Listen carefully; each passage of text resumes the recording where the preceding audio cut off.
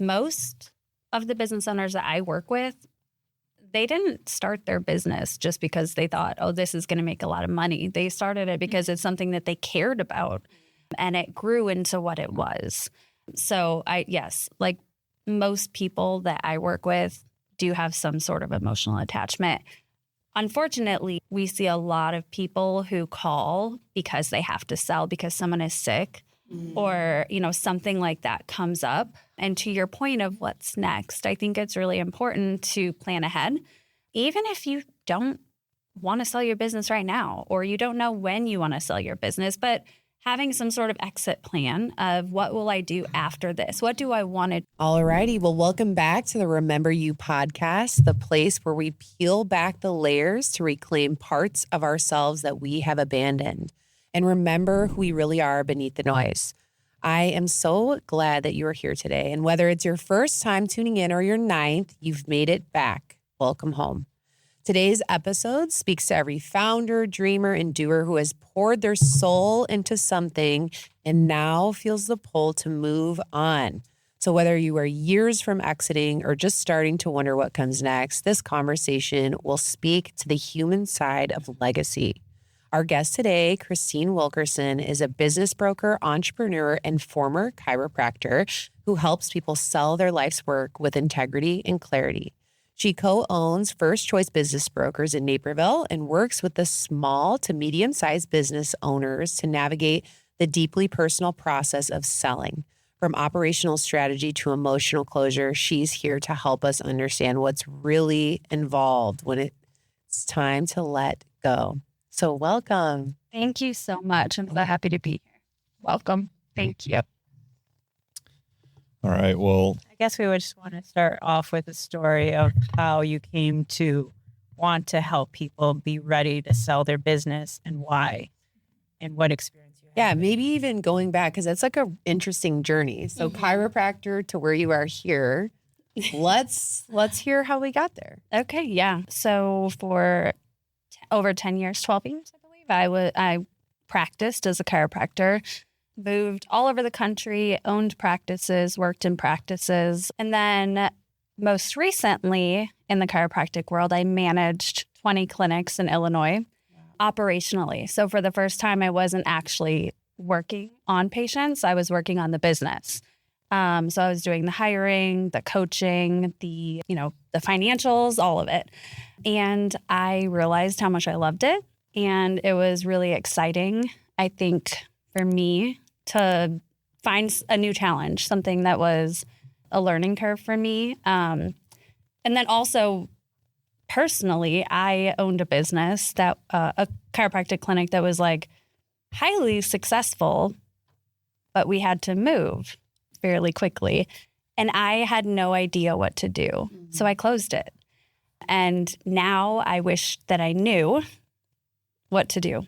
And so it's very exciting when I came upon this opportunity that now I'm able to help people know what to do, because most people like me own a business in something that they just feel passionate about, but they have no idea what to do when they need to exit. So the origin story is successful business and had to get rid of it quick because you didn't have the tools or the guidance or resources to be able to either sell it or do something to really prosper from all the work that you did. Mm-hmm. Yeah. I wish that I had stumbled upon myself back then to have someone guide me through it, because I'm sure I could have figured it out if I had the bandwidth to research and all of that. But I was deep in like young kids and moving across the country, and I didn't have the bandwidth to figure it out. And I've talked to Michelle about this. I'm a big fan of finding people who are experts in something and going to them. And so that is now what I do. I help people who are really good at what they do, and I guide them through figuring out what their business is worth and what it looks like to transition out and sell. Yeah, it's really, I think, call it the hack to success. If you want to speed up and get successful in something, it's hire somebody who's at the level that you want to be at or achieve at. So, what got you into chiropractic care? So I feel like this is such a common chiropractic story, but I had a really bad accident when I was 16. I crashed a jet ski. I was kind of an adrenaline junkie kid. You're in good company. So I crashed a jet ski and I was 16 and I went through all the things. I was in PT. By the time I was graduating, I was getting like injections in my neck and Oh my God. I was given muscle relaxers and it was just kind of crazy being so young. And I was going to all of the things and all the places that our doctors were telling us to do. And I was still in a lot of pain. And then it wasn't until I went to college that I went to a chiropractor for the first time. Actually wanted to be a lawyer at that time. And I remember after I walked out of that appointment, I was like, first I felt relief. And then I felt a little anger because I was like, no one told me. Like, no one told me that this was an option. I had no idea. You don't know what you don't know.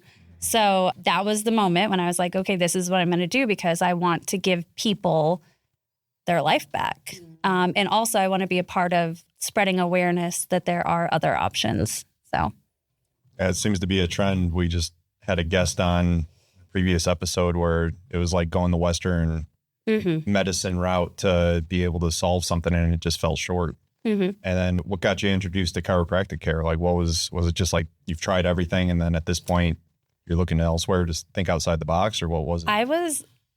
I am dating myself. I was reading the newspaper, like a physical paper in college, very proud of myself. And I saw an advertisement and I was like, that sounds great. Like, let's try. It was like, are you in pain? I'm like, yes. Yes. Thank you for asking. So that was it. I just tried and I really felt like it was really just, I had no awareness that was really even an option. And so I just made an appointment and I went and that's why I was so frustrated that I had spent years doing all of these other things. The fact that I was being like 18, given muscle relaxers and injections before that. But luckily now it seems to be a lot more mainstream. So, yeah. Yep. Very good. So how did you build your chiropractic practice to be successful? What did you implement systems? What can you share with like the listener? Yeah. I think that, well, first of all, I worked with a lot of really great people first. So I learned a lot from others because the business side is, not really what you learn in grad school. So I think that the first thing that I did that was really good was worked with people who were really good at business because I was really good at taking care of patients.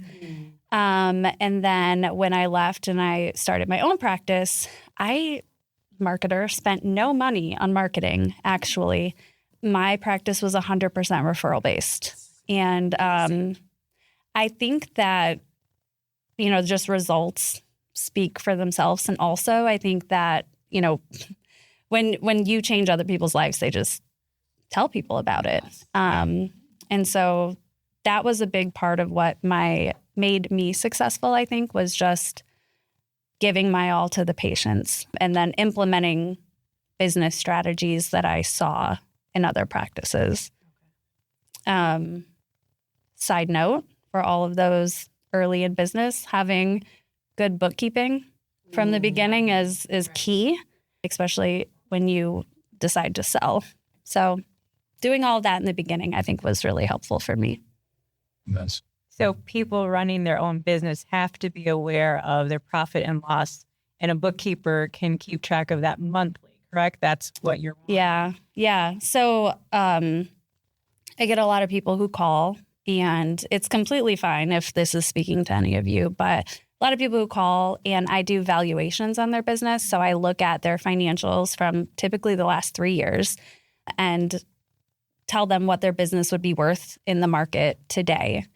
And for that, I need like 3 years of P&Ls, 3 years of tax statements. And I've realized probably about 30 to 40% of small business owners don't have those items readily available. And so you don't even necessarily have to hire a bookkeeper or a CPA. I think it's great if you can. Just starting out using QuickBooks is a great thing to have, and really just keep your business expenses and revenue separate from your personal. And that is a great start. But then obviously having a good bookkeeper or CPA is a really good goal to have. I feel like that's oftentimes what people say is the best first hire. Yeah.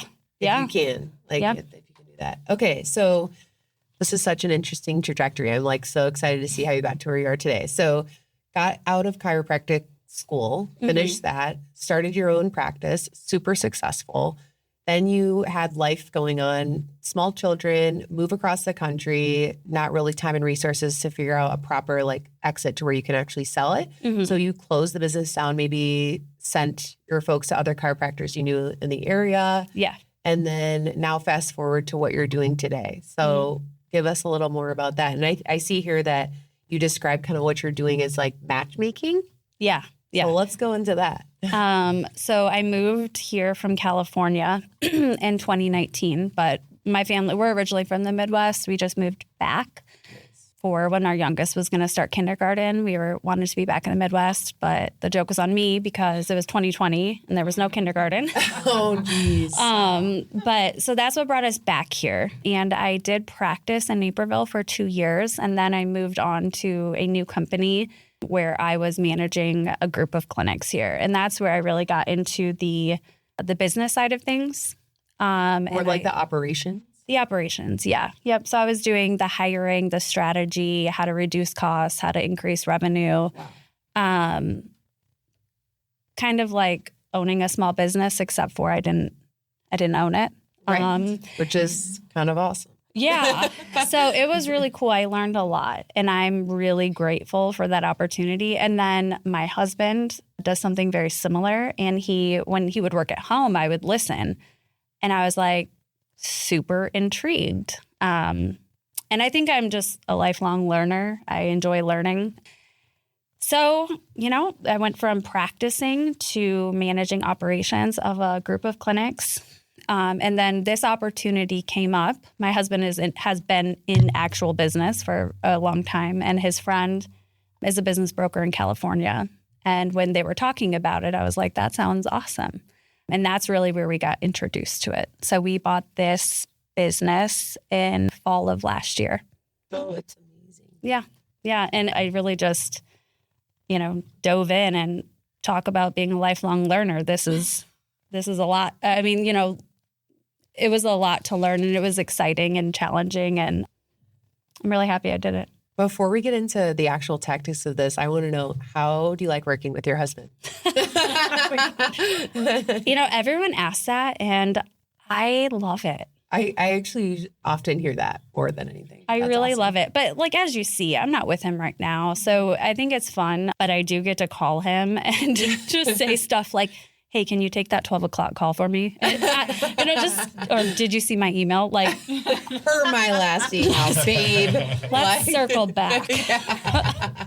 I love that. I do actually really enjoy working with him. And I feel like it's just brought like a new level of excitement to our relationship too. Awesome. Where we're learning new stuff together. And that's awesome. It's great. That's great. So I guess a great transition is to talk about, so you guys are working with is it all types of businesses? Privately held businesses. Okay. So small, medium-sized businesses. Yeah, we sell all kinds of businesses. Give me an example, like the last, maybe 3 types of businesses that you worked with. A college planning company. So, they do help with everything from figuring out how to fill out the FAFSA to essay writing. They have financial planners, college admissions, the whole gamut. Have a kid going to college, that's a company that you call to support you through the process. We have painting companies. We have a power washing company, working with currently hoping to get listed soon, a company that does like after school enrichment activities in the public school systems, like the activities that are held at the school, all kinds. So it's really like there's no like specific niche. It's just that the niche is that they're privately held and small to medium. So it's like really open to helping all types of folks. And are they usually in the Naperville, Chicagoland area, or no? Anywhere in Illinois. Awesome. Yeah. So I can sell anywhere in Illinois. And it doesn't have to be here. We do most of our stuff virtually, DocuSign. I mean, thank God, but, I do enjoy meeting people in person when possible, but it's absolutely not necessary. And like my college planning business is nationwide. So we can have a buyer from anywhere in the country or even out of the country buy the business. So yeah, any business that's in Illinois we can sell as long as it's not like a publicly traded company. This is amazing. Okay, so let's go even to more basic level from the like small business owner that wants to sell. Mm-hmm. What are the basic tips on preparing for a future sale? Like, where would you tell somebody to begin? They like really have no idea, like this is what you do, step one. Yeah. I think step one is, like we talked about earlier, reach out to someone who can walk you through the process. Ideally me, but really any business broker. And then, like we touched on earlier, make sure that you're getting your financials organized, because the first thing that we do is evaluation to figure out what your business would be worth, to decide if you want to sell now, if you want to sell later. Step one, what is it worth? But in order to do that properly, having clean financials is really helpful. So whether it's QuickBooks or if you have a CPA, working with some sort of software is ideal. So I'm just thinking of a handful of entrepreneur friends I have that are making crazy money, but I know they're growing at a rate that's like their back end of business needs time to catch up. So say they reach out to you, they're like, I'm making, $1 million a month, but like we're, our paperwork is a hot mess. Like, can you help? Can we start working with you while we're getting this ready? Or is this something that, is that like a kind of the hand holding process? Yep, absolutely. And we, depending on what the mess looks like, I can help, or I refer to a CPA who, I have a few who they know that, we work together, and I'll send them to them and they'll help them, go through all their bank statements or whatever it is that they do have and make it into something that I could actually put in front of a potential buyer. So very cool. Just want to make sure I didn't exclude anybody. No. I know it's not always perfect in the small business world behind the scenes. It is not. So after kind of getting set up then with financials, we mentioned kind of in the introduction, we were talking about there's this really huge emotional component to this process. Do you tell us more about that? It's kind of, you're smiling because it's like kind of the hardest part to working with folks and like kind of how to move through this. Yeah, I would say it varies. Some people are just very business, and it's not, they're not as picky about who takes over after them. And then some other people do care a lot about who takes over their business, because it is like their baby and their passion project. And they want to make sure that the person who comes in is going to, ideally, can't guarantee, run it similarly to how they did or how they do, or, make sure that they're treating their employees well and so on and so forth. So there are a lot of conversations that I have with sellers about that. Some things you can control, some things you can't control. And, we talk through what you can control, what you can control.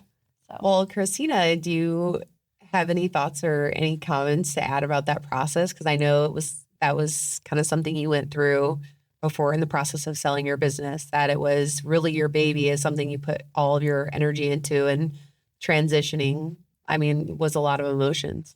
Well, first and foremost, I'll definitely say that you need to find somebody if you're going to, even if you think that you're going to sell your company, or you're just wondering what is it worth or whatever, you absolutely need to talk to somebody, Christine preferably, but somebody like her, because I didn't. And that's what this whole thing, right? This is why we started this podcast, was to help people understand, what are their, what did I do wrong that I'm now hoping that somebody listening will do right?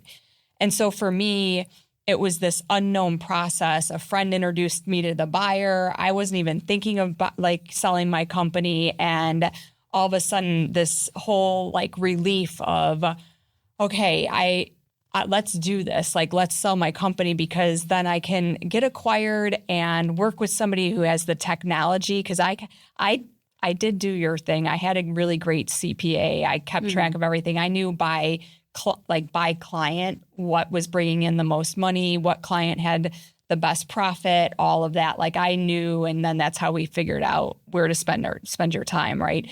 So that's really important. I second that. But for me, I just didn't know what I didn't know. So I had a lawyer, a business lawyer. I had friends telling me, helping me. And now, if looking back, I wish I had somebody like you that would have said like, okay, let's look at other people and other options instead of this one. I did have somebody come in at like the last second that was like, wait, don't sign the papers. Like we're going to, and I was already so far down and invested that I was like, no, this is the way I'm going. Mm-hmm. I do think that, I probably could have gotten a better deal. There could have been other things, but you don't live in the past. You just move on. Right. Mm-hmm. From an emotional standpoint, I thought, oh, good, I'm going to have some free time. I'm going to be able to spend time with my kids. Everything's going to be great because I was working 90 hours. And so I was kind of like one of those people you were talking about where I just let it all go. Mm-hmm.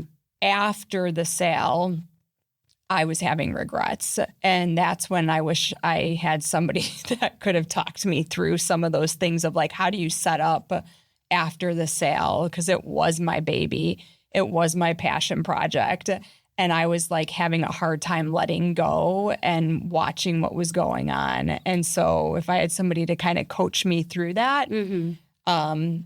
And help me reinvent myself faster, I would have done a lot better. It took me too long to reinvent myself. That's such a great segue too, though. So then like really there's so much identity like associated hand in hand mm-hmm. with the business that people are building. Would you say that's like something super common? Yes, especially with small and medium-sized businesses. Most of the business owners that I work with, they didn't start their business just because they thought, oh, this is going to make a lot of money. They started it because it's something that they cared about, and it grew into what it was. So like most people that I work with do have some sort of emotional attachment. Unfortunately, we see a lot of people who call because they have to sell because someone is sick. Or, something like that comes up. And to your point of what's next, I think it's really important to plan ahead. Even if you don't want to sell your business right now, or you don't know when you want to sell your business, but having some sort of exit plan of what will I do after this? What do I want to do?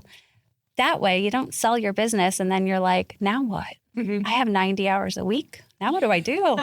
And so planning ahead, whether, because the average business sale takes 6 to 12 months.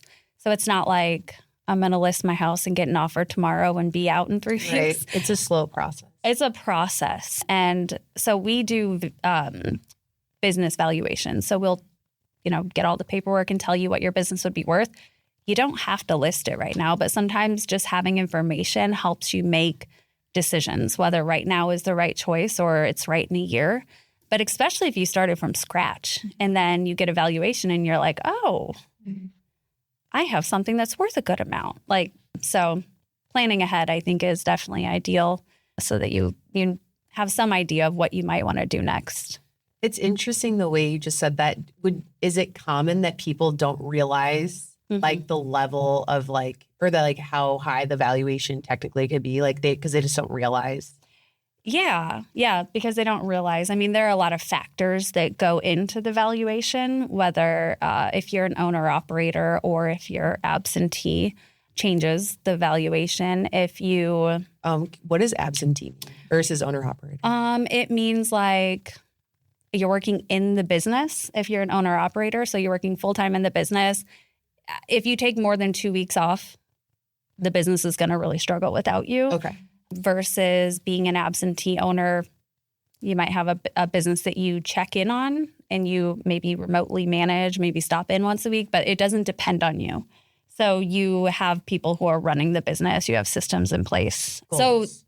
So you can have two very similar businesses. One's owner-operator, one's absentee, and they're going to be valued differently based on a lot of variables like that. So sometimes people are surprised, whether it's good or bad. Sometimes when you're very emotionally attached to something, you may think you're sitting on a gold mine. I was just the opposite too, and so it goes both ways. But that's why having a valuation is really important, because it's a number, it's not a feeling. Yep. So what makes the business unsellable? Like if someone came to you? Oh, I say that there is a business for every buyer and a buyer for every business. And that if you want to sell your business, my job is to tell you, look at what you have and tell you what we would need to sell it. A lot of times that is most often going to involve referring you to a CPA to get your papers in order, right? Because I had to feel good about what I'm doing too. I don't want to put your business in front of someone who's interested in buying it and it not making sense, not adding up. The numbers are murky. So I would say, for me as the broker, not having good financials is a deal breaker. But I do think as long as someone is interested in taking advice, that we can get businesses to be sellable. And my computer restarted. Good sign.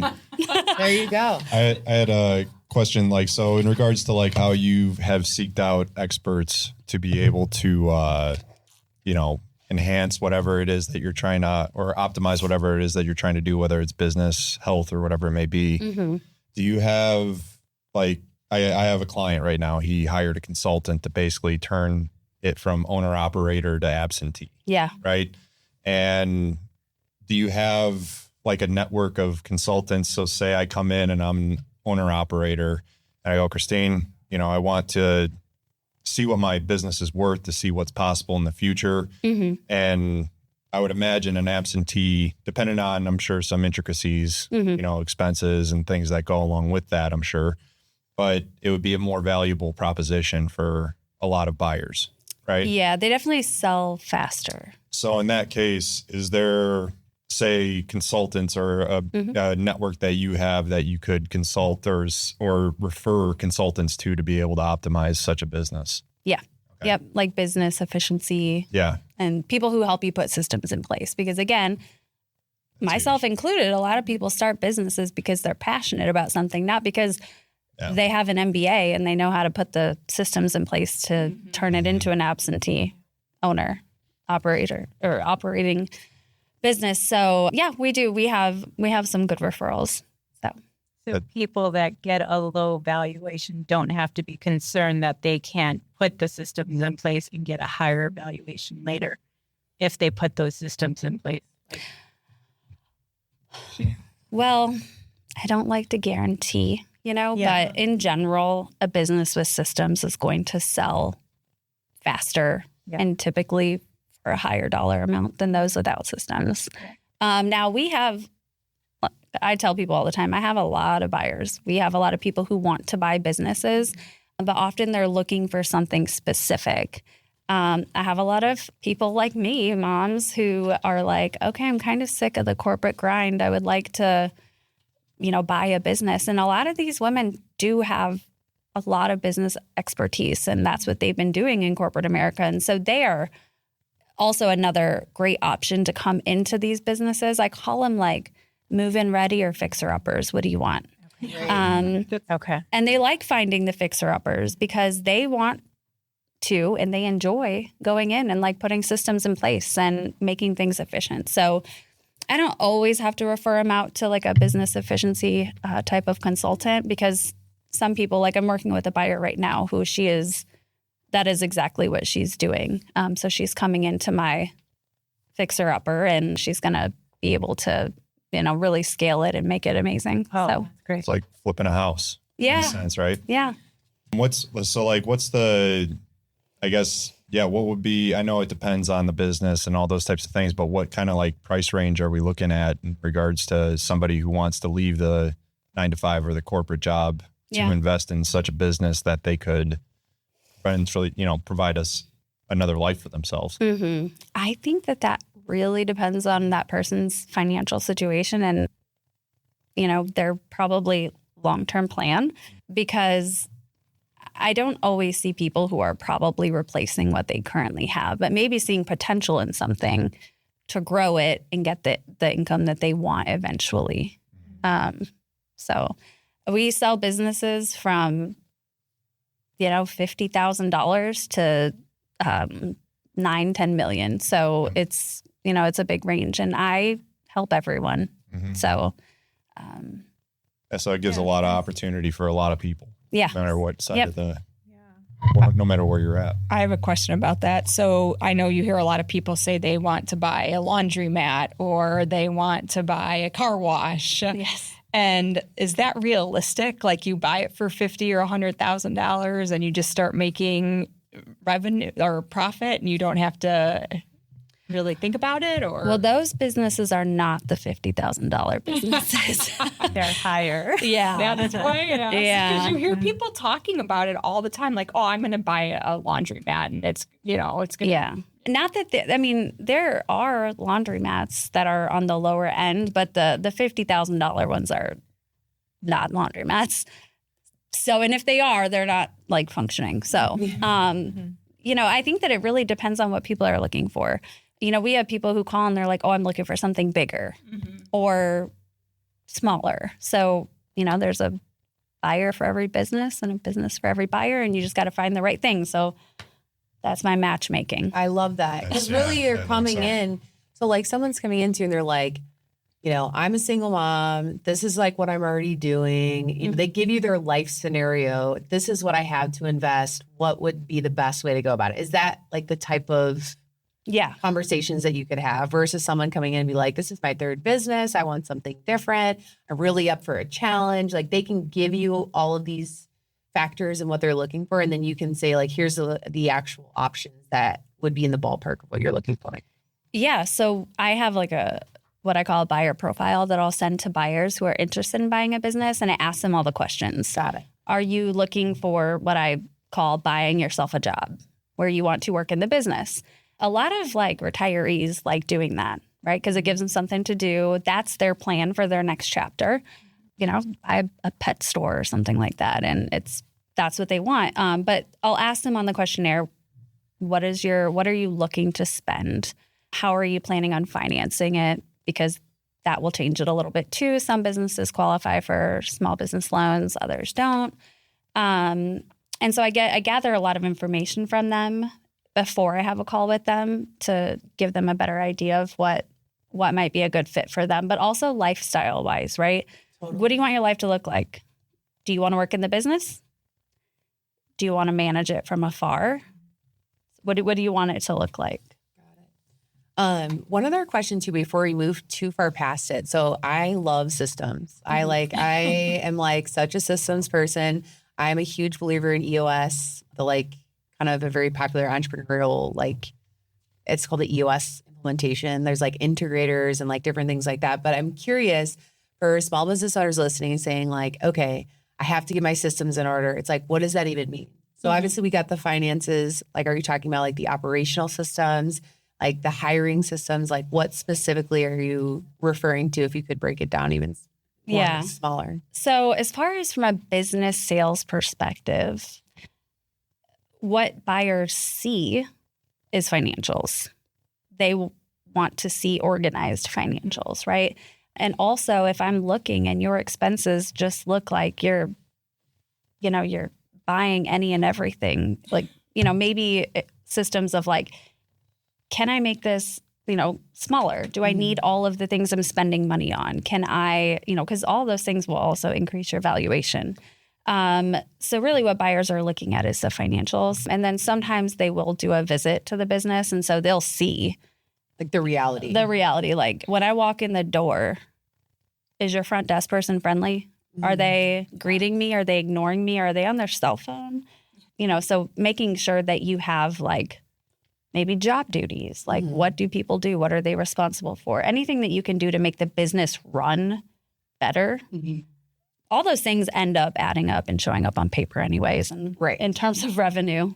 So got it. I just didn't know if you had sellers being like, all right, like what is your, onboarding process? Like, do you guys have like an SOP for this? Like, yes, do people get that nitty gritty about it? Or are they just like, let me see the money and like, so buyers, it's very different. Like the woman I'm working with right now who is buying, her background is in corporate America. She has MBA. So she's very interested in those things. Like I want to see what PowerPoints you're using with your clients. I want to see, what your different revenue streams are. What are your conversion rates? Whereas other people are like, how much are you making and how much are you spending?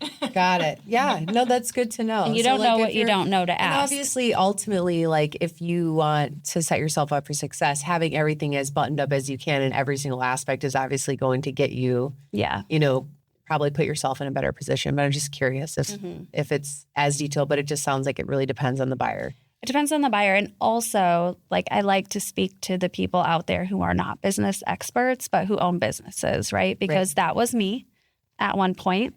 That don't worry about everything being perfect. Please get your financials in order. But outside of that, don't worry about everything being perfect, right? You call us, we'll do a valuation. And if there's any like glaring areas of opportunity, I'll point that out. But like I said, some people are looking for fixer-uppers and some people are looking for move-in ready. If I give you your valuation and you're like, oh, I was hoping it'd be a little bit higher, okay, then maybe I'll refer you to someone to help you implement systems and all of those things and come back in a little while. We'll reevaluate it and see if those things increased your bottom line. Awesome. But don't, listen to this and think I have to go and write standard operating procedures for everything. Well, and that's kind of why I'm asking is like to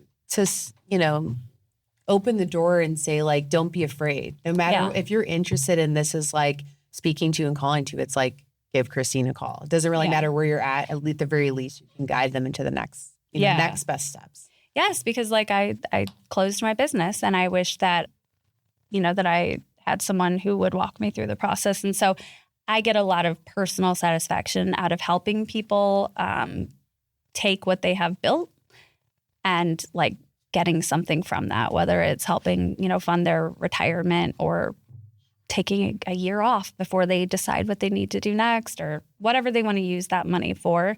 But getting something from their life's work, not just closing up shop because everything's not perfect. So. Okay. That's amazing. Well, I kind of wanted to move into the next part here, which is kind of more about legacy. So if you've helped so many people close this chapter with grace and, you're really helping, you're doing a lot of different things. You're not only on the tactical aspect, but you're really like coaching people and giving them, guidance on how to work through moving into this next chapter of their life. So in that perspective, what does legacy mean to you? Yeah, I think that to me, it would mean leaving something for who comes after me. And so not just spending my life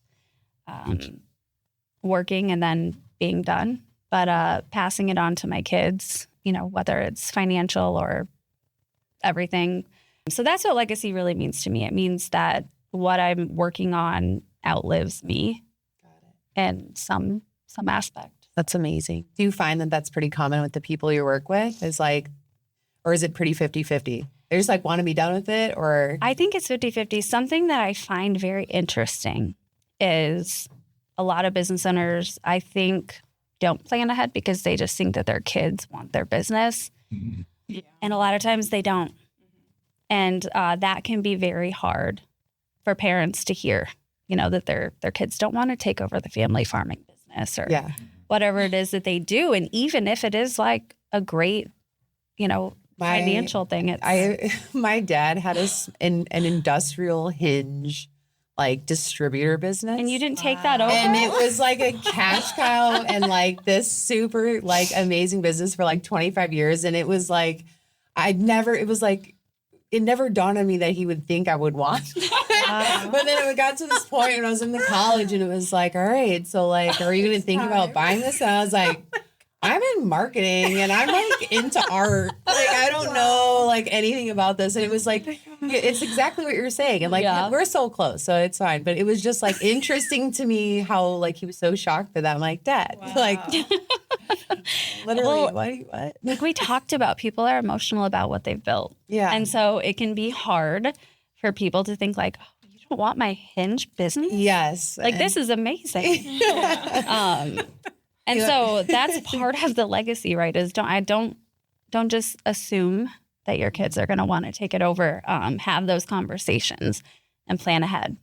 Because like I said, a lot of people call when someone is sick or in a situation that is, unfortunate.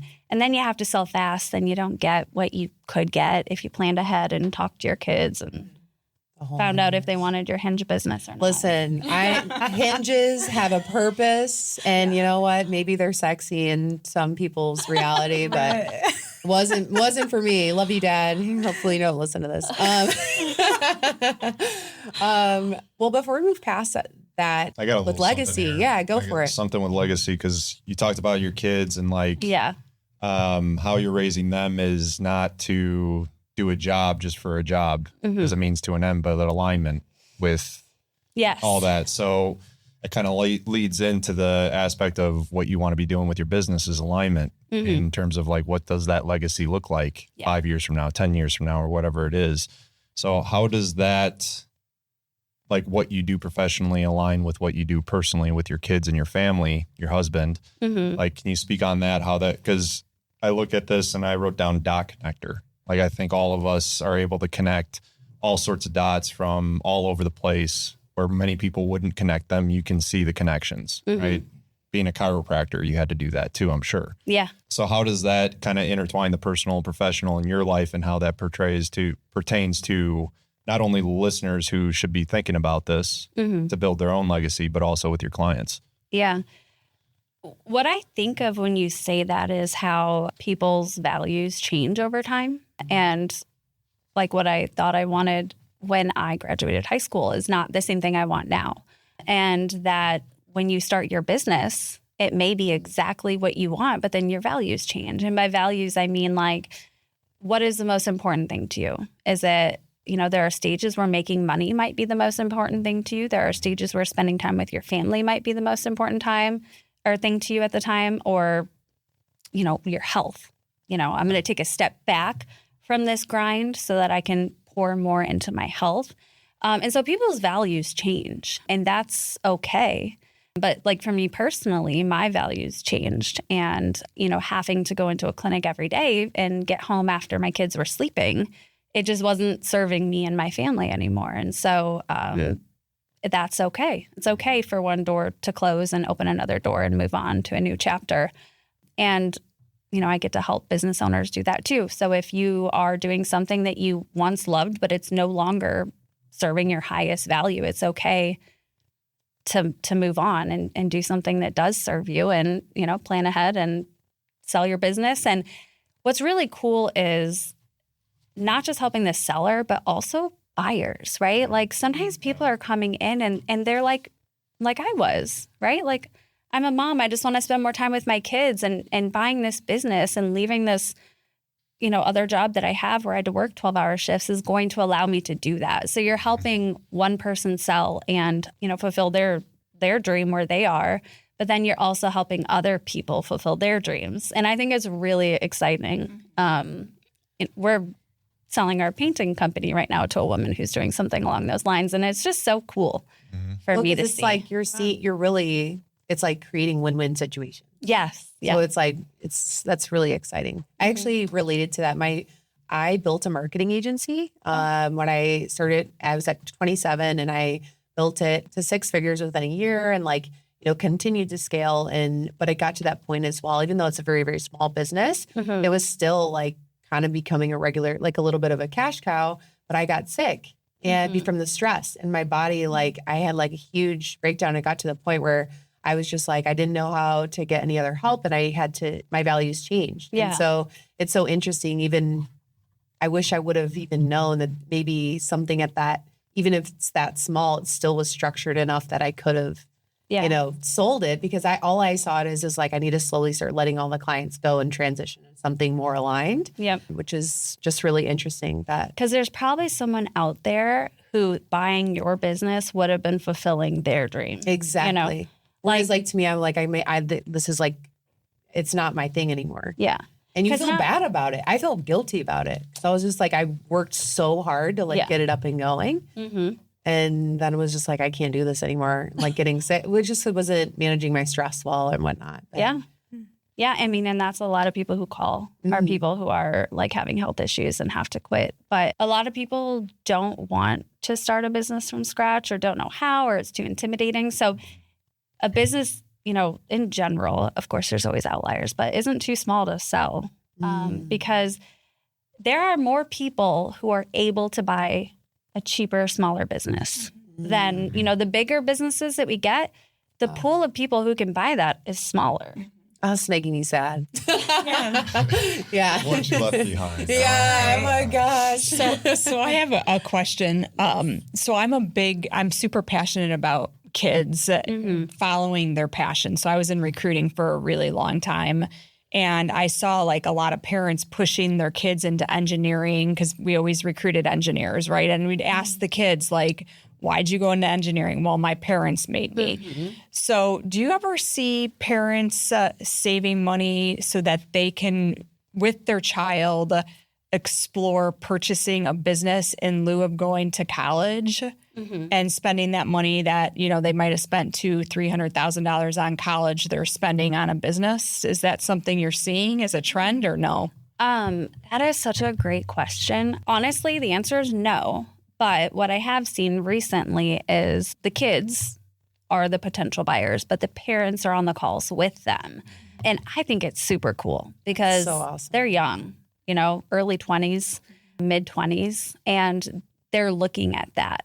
But they're looking at it through the lens of like, what I want my life to look like. Yeah. Which, you know, I figured out at 40. So that's pretty cool. So I have seen that. And I did talk to, I don't want to say a kid because he wasn't a kid. He was like 25 who was, you know, looking into one of my businesses for sale. And the college planning business. And he said, is there anything in the college planning business that gives more info on like trades or more routes or education for people who maybe the traditional 4-year college isn't for them? And I was like, no, but that is the great thing about a new set of eyes coming into a business is that you can take what is already there and expand it because you're looking at it with fresh eyes. And so, And no emotional attachment either because you're coming in and just, you know, thinking of it more creatively. It's not this is how I've always done it, so I'm going to keep doing it. So I have seen things like that. And I love seeing young people, you know, looking into entrepreneurship and thinking more big picture. Yeah, me too. Yes. I want to go back to what Hope was talking about with the marketing business she had. So with her feeling stress and not wanting to do it anymore, she could have possibly maybe been hiring employees to operate that business. That's something. Yeah, exactly. So, I mean, you have a lot of options at that point. Right. You could hire people and try to get the business running without you if you want to keep it.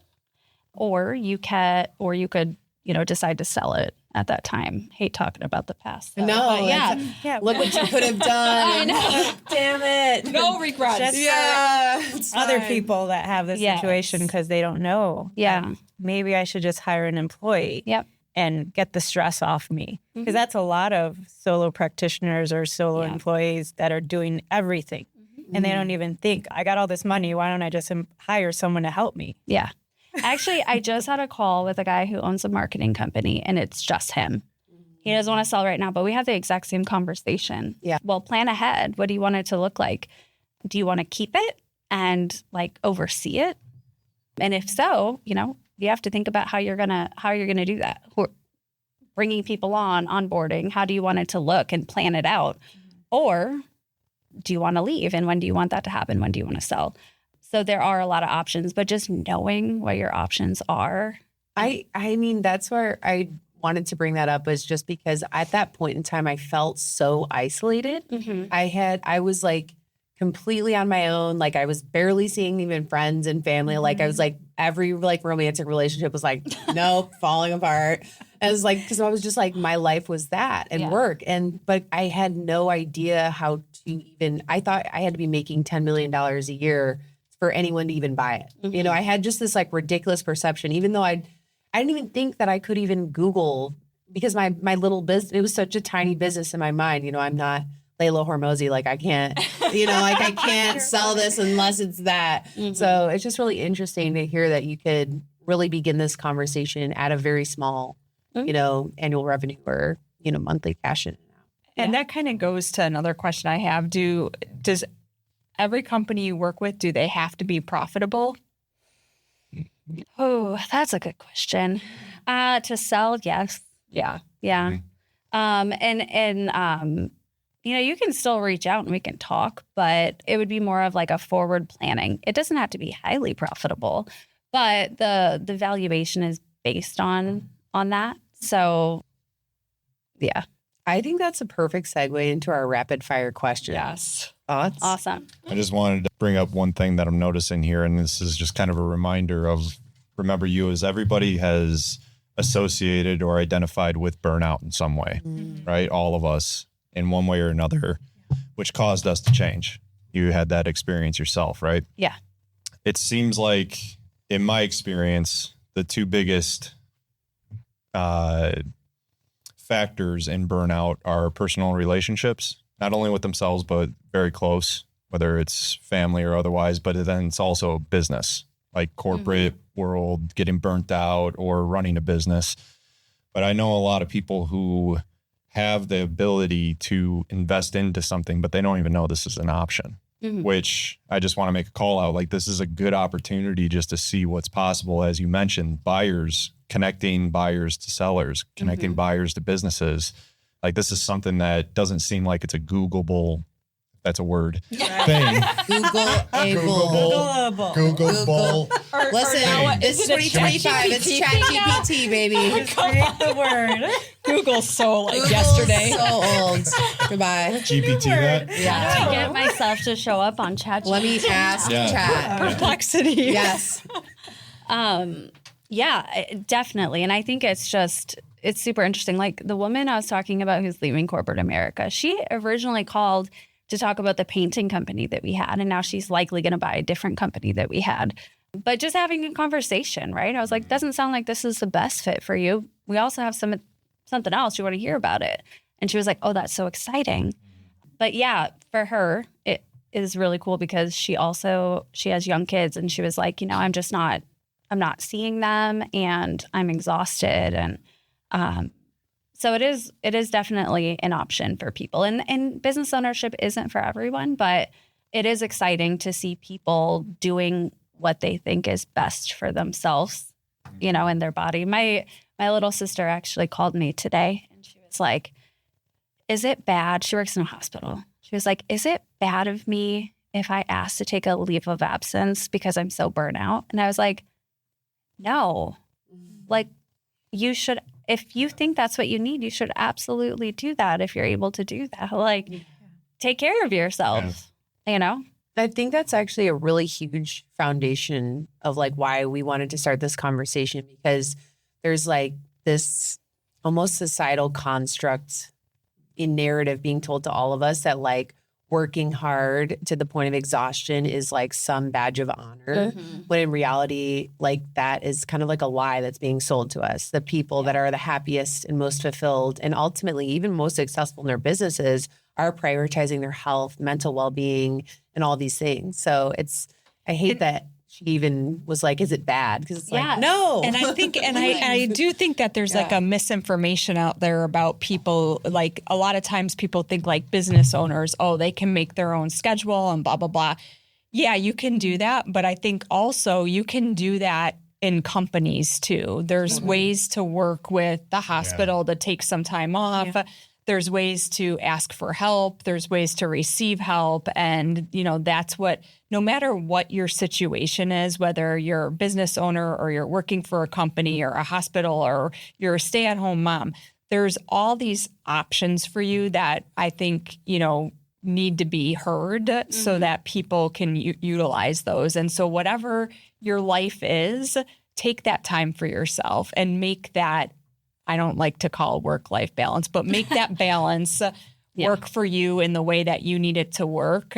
Because I don't, I just think that a lot of people think they're stuck where they are, wherever they are. Well, and it's like you were saying, it's like you don't know what you don't know. Yeah. And so I think the goal of this entire podcast and conversations that we have with guests and just within ourselves is just like opening your mind and remaining curious as to like, okay, this isn't working for me. And like, what else is out there? Yeah. And that's kind of like our intention of this conversation is bringing in amazing people like you. You're helping change people's lives by, you know, going through this process and making it so much less stressful. I mean, buying a business could mean generational wealth. And then when you're in that phase, then you go to Michelle. And then when you need your body fixed, and then you go to Justin. And then when you need your mind fixed, you go to Hope. There you go. I love that. Yes. Awesome. I like to, one of my favorite quotes ever is, what you aren't changing, you're choosing. And I'm a big proponent of you're in control of your life and you get to design a life that you love.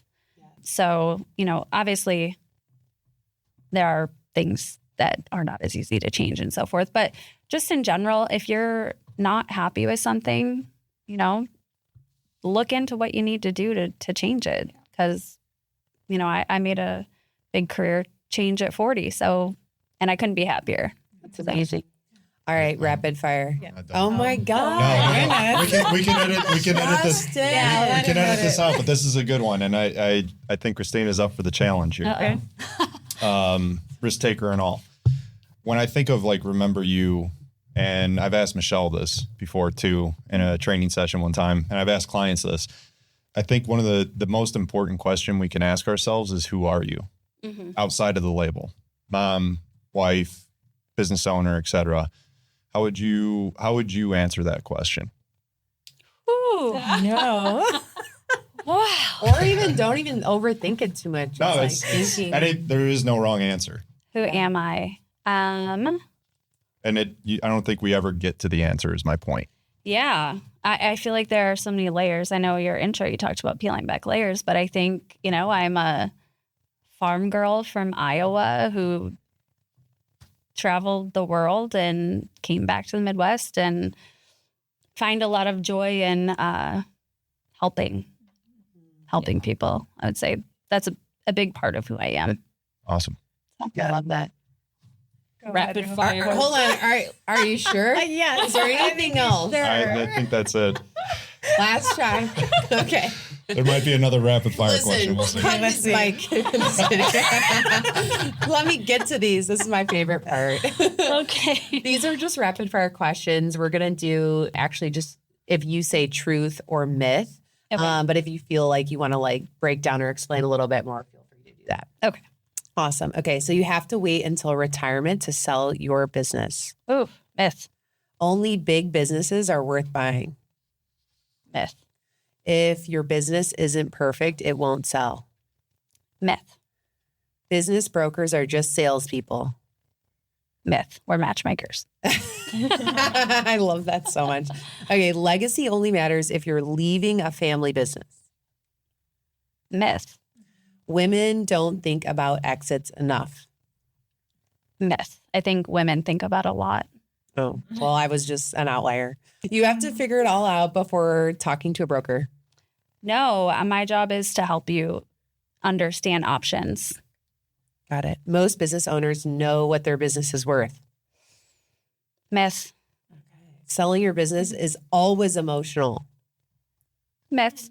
Okay. You can sell a business and still reinvent yourself. Truth. Yay. Okay. They weren't too intense. No, not at all. These are really great way to kind of wrap things up. And yeah, you were such a great guest. Thank you so much for coming, Christine. Well, hold on. Let's tell how does our audience find you? Yeah. Oh, we are First Choice Business Brokers of Naperville. So you could Google that, or our website is naperville.fcbb.com. And you can go to our website. You can actually make like a appointment with me right on our website. There's no, commitment if you call. We can just talk. And, if you call me back in a year, I'd be glad. And if you don't, I'm so happy for you to understand your options. So, we also do free valuations. So if you are just interested in I need information in order to know what I want to do, I'm happy to help with the valuation or, refer you to people who could help you. But just figuring out where you are. So look me up, make an appointment with me. We can have a good conversation. Awesome. Thank you. And we'll put that in the show notes too. Awesome. Well, any final thoughts, Justin? Thank you. I'm just teasing. Well, thank you so much for joining the Remember You podcast, and we'll catch you guys next time.